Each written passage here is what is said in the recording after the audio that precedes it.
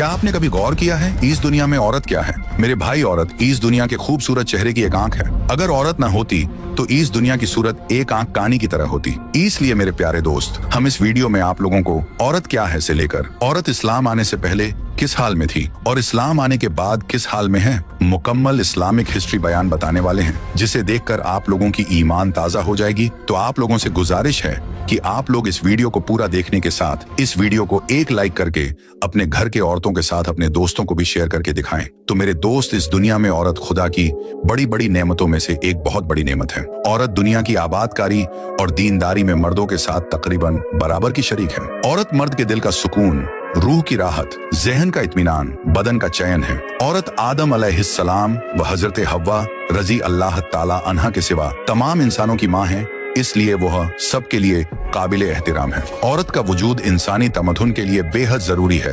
अगर औरत न होती तो बाकी जिंदगी जंगली जानवरों से बदतर होती। औरत बचपन में भाई बहनों से मोहब्बत करती है, शादी के बाद शौहर से मोहब्बत करती है, माँ बनकर अपनी औलाद से मोहब्बत करती है। इसलिए औरत दुनिया में प्यार व मोहब्बत का एक ताजमहल है। लेकिन औरत का इस्लाम आने से पहले का हाल बहुत खराब था। दुनिया में औरतों की कोई इज्जत व बुकत ही नहीं थी। मर्दों की नजर में इससे ज्यादा औरतों की कोई हैसियत ही नहीं थी। सिर्फ वह मर्दों की नफसानी ख्वाहिश पूरी करने का एक खिलौना बनी हुई थी। औरतें दिन रात मर्दों की किस्म किस्म की खिदमत करती थीं और तरह तरह के कामों से, यहाँ तक कि दूसरों के यहाँ मेहनत मजदूरी करके जो कुछ कमाती थीं वह भी मर्दों को दे दिया करती थी। मगर जालिम मर्द फिर भी इन औरतों को कोई कद्र नहीं करते थे, बल्कि जानवरों की तरह इनको मारते पीटते थे और जरा जरा सी बात पर औरतों के कान, नाक वगैरह के आजा काट लिया करते थे और कभी कभी तो कत्ल भी कर डालते थे। और उस दौर में अरब के लोगों के यहाँ अगर लड़की पैदा होता था तो उस लड़कियों को जिंदा दफन कर दिया करते थे और बाप के मरने के बाद उसके लड़के जिस तरह बाप की जायदाद और सामान के मालिक हो जाया करते थे, उसी तरह अपने बाप की बीवियों के मालिक भी बन जाया करते थे और इन औरतों को जबरदस्ती लौंडियां बनाकर रख लिया करते थे। औरतों को इनके माँ बाप, भाई बहन या शौहर की मीराश में से कोई हिस्सा नहीं मिलता था। न औरतें किसी चीज की मालिक हुआ करती थीं और अरब के बाज कबीलों में यह जालिमाना दस्तूर था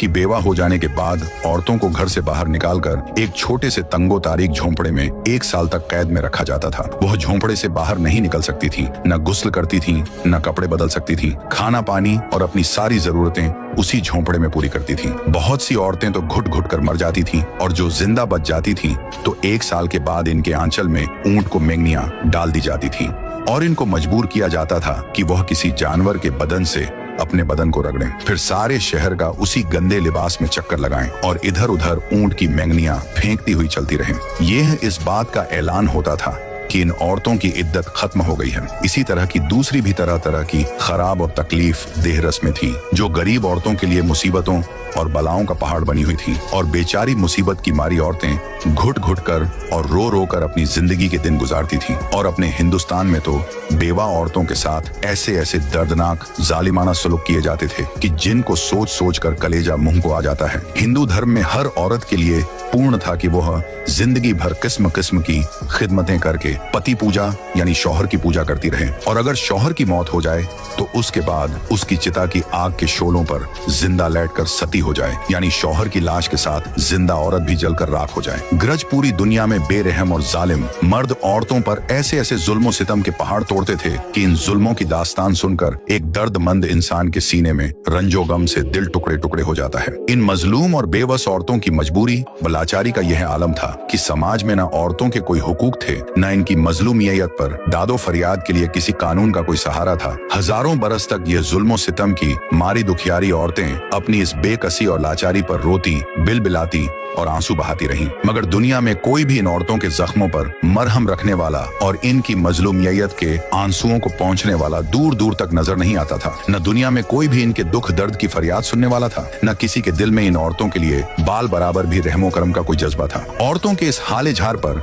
इंसानियत रंजो गम से बेचैन और बेकरार थी, मगर इसके लिए इसके सिवा कोई चाय कार नहीं था कि वह रहमत खुदाबंदी का इंतजार करे कि खुदा ताला गैब से कोई ऐसा सामान पैदा फरमा दे कि अचानक सारी दुनिया में एक अनोखा इनकलाब नमूदार हो जाए और लाचार औरतों का सारा दुख दर्द दूर होकर इनका बेड़ा पार हो जाए। चुनांचे रहमत का आफ्ताब जब तुलुआ हो गया तो सारी दुनिया ने अचानक यह महसूस किया कि जब हमारे रसूले रहमत हजरत मोहम्मद मुस्तफ़ा सल्लल्लाहु अलैहि वसल्लम खुदा की तरफ से दीन इस्लाम लेकर तशरीफ लाए तो दुनिया भर की सताई हुई औरतों की किस्मत का सितारा चमक उठा और इस्लाम की बदौलत जालिम मर्दों के जुल्म सितम से कुचली और रौंदी हुई औरतों का दर्जा इस कदर बुलंदों वाला हो गया कि इबादत व मुआमलात बल्कि जिंदगी और मौत के हर मरहले और हर मोड़ पर औरतें मर्दों के दोष बदोश खड़ी हो गई और मर्दों की बराबरी के दर्जे पर पहुंच गई। माँ की तरह औरतों के भी हुकूक मुकर्रर हो गए और इनके हुकूक की हिफाजत के लिए खुदावंद ने कानून आसमान से नाजिल किए और इनके हुकूक दिलाने के लिए इस्लामी कानून की मातहती में अदालतें कायम हो गई। औरतों को मालिकाना हुकूक हासिल हो गए। चुनांचे औरतें अपने मेहर की रकमों,